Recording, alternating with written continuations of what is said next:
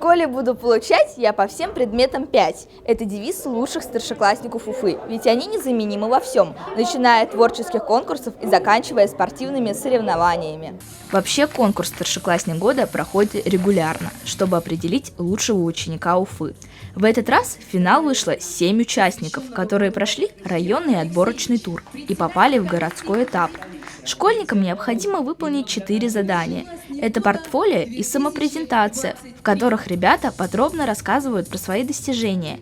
Видеоролик на тему «Люди, которыми гордится моя родина» и батл «Старшеклассник талантлив во всем».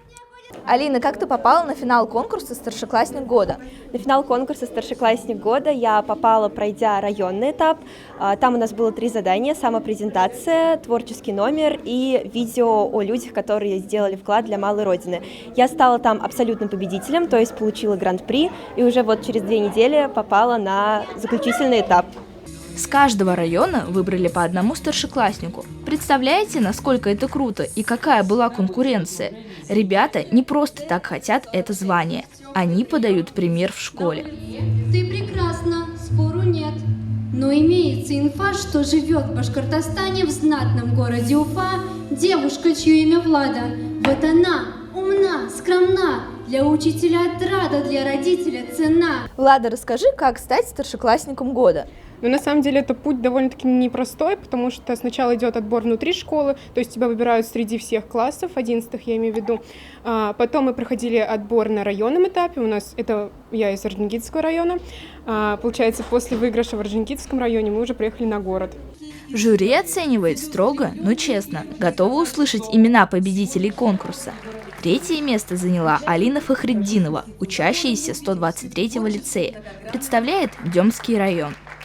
2-е место досталось ученику Октябрьского района, лицея номер 6, Антону Даваладзе. Итак, 1-е место получает Алина Тагирова, ученица лицея номер 46, Ленинский район.